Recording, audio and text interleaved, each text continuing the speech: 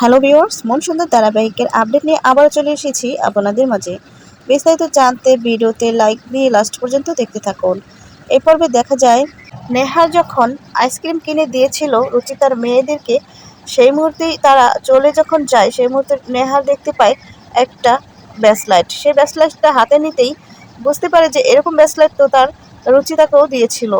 তখন পিছু নেয় এবং পিছু পিছু গিয়ে দেখে গাড়িতে উঠে যায়। তারপর নেহার বাড়ি চলে যায়। বাড়ি গিয়ে রুচিতার ছবি দেখতে থাকে। আর অন্যদিকে দেখা যায় রুচিতাও জিজ্ঞেস করতে থাকে এই রুমালটা কোথা থেকে পেলো। তখন এই নেহারের কথা বলে। আর রুমালটা দেখে রুচিতা বুঝতে পারে এটা আর কেউ নয়, তার নেহার বাবুই ছিল।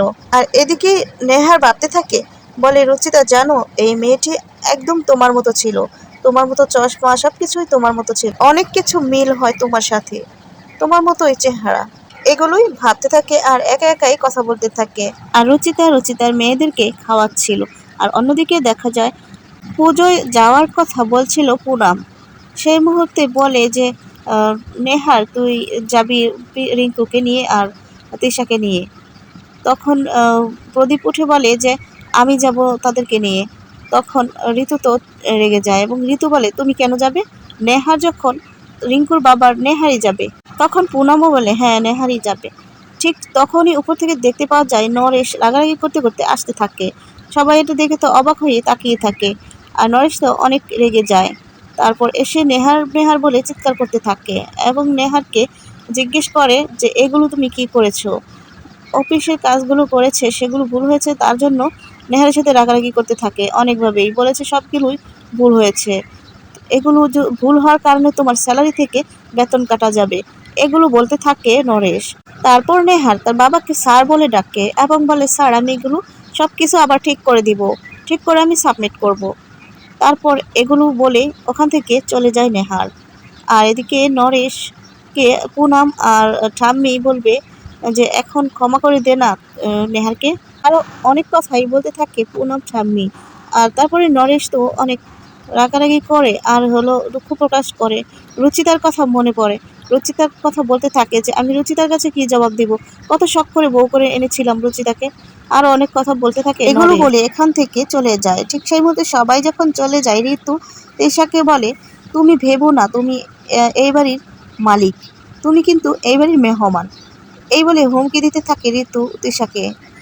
তখনই পুনাম চলে আসে এবং পুনাম তৃষাকে বলতে থাকে যে তুমি এখনো রেডি হওনি, রেডি হও, যাও পুজোতে যাওয়ার জন্য।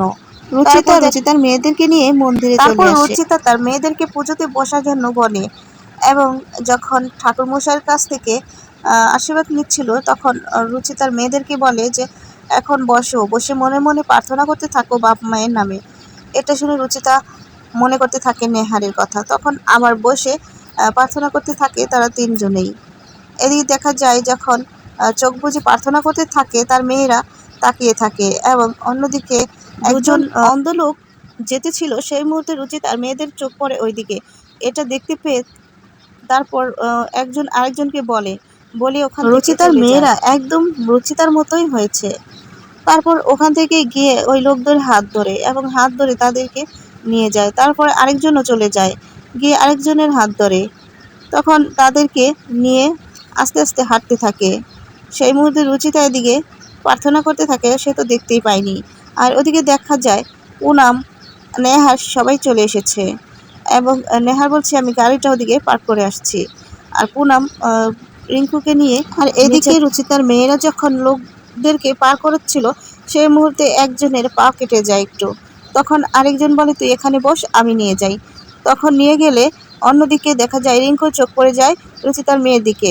তখন চোখ পড়ে গেলে ইচ্ছে করে বাজি ধুয়ে দেয় রুচিতার মেয়ের সামনে।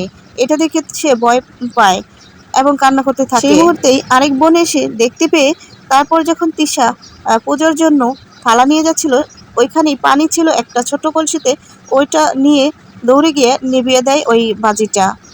নিভিয়ে দিয়ে তারপর সব কিছু খুলে বলে কান্না করতে করতে। তারপর ওই ছেলেটাকে ইচ্ছে করে পানি দিয়ে দেয় তারা। ওই ছেলেটা তখন কান্না করতে থাকে, কান্না করে গিয়ে পুনামকে বলতে থাকে। তখন পুনাম তাদেরকে খুঁজতে থাকে। আর এদিকে রুচিতাও হঠাৎ করে দেখে তার মেয়েরা এখানে নেই। তখন রুচিতাও খুঁজতে থাকে, একটুর জন্যই নেহারের সাথে দেখা হয়নি। নেহারকে বলতে যাবে যে দুজন বাচ্চাকে দেখেছি কিনা, সেই মুহূর্তে তার মেয়েদের শব্দ শুনতে পায় বাহিরে।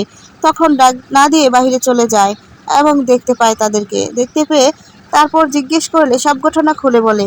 তারপর রুচিতা চিন্তায় পড়ে যায় যে তোমাদের কোনো সমস্যা হয়নি তো। তারপর রুচিতা যখন বের হয় ওই ছেলেটাকে খোঁজার জন্য, সেই মুহূর্তে আস্তে আস্তে যেতে থাকে আর দেখতে থাকে পুনম দাঁড়িয়ে আছে। প্রথমে চিনতে না পারলেও পরে আয়না দিয়ে মুখ দেখতে পায় পুনমের, দেখে ওখান থেকে চলে যায়।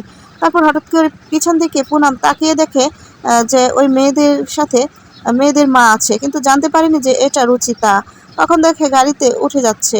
ডাক পারতে থাকলে কোনো মতেই রুচিতা পিছন দিকে ফিরে তাকায় না। তখন নেহারও রুচিতাকে দেখতে পায়, কিন্তু চিনতে পারেনি। তখন তাকিয়ে থাকে রুচিতার দিকে, একটুর জন্যই রুচিতাকে চিনতে পারেনি। এখনকার মতো আপডেট এ পর্যন্তই। পরবর্তী আপডেট এভাবে সবার আগে পেতে চ্যানেলটি সাবস্ক্রাইব করে পাশে থাকা বেল বাটনটি অন করে দিন। ভিডিওটি কেমন লেগেছে অবশ্যই কমেন্ট করে জানাতে ভুলবেন না। ভালো লাগলে লাইক কমেন্ট শেয়ার অবশ্যই করবেন। তো লাস্ট পর্যন্ত ভিডিওটি দেখার জন্য ধন্যবাদ। পরবর্তী আপডেট আসার আগ পর্যন্ত ভালো থাকবেন, সুস্থ থাকবেন। আসসালামু আলাইকুম।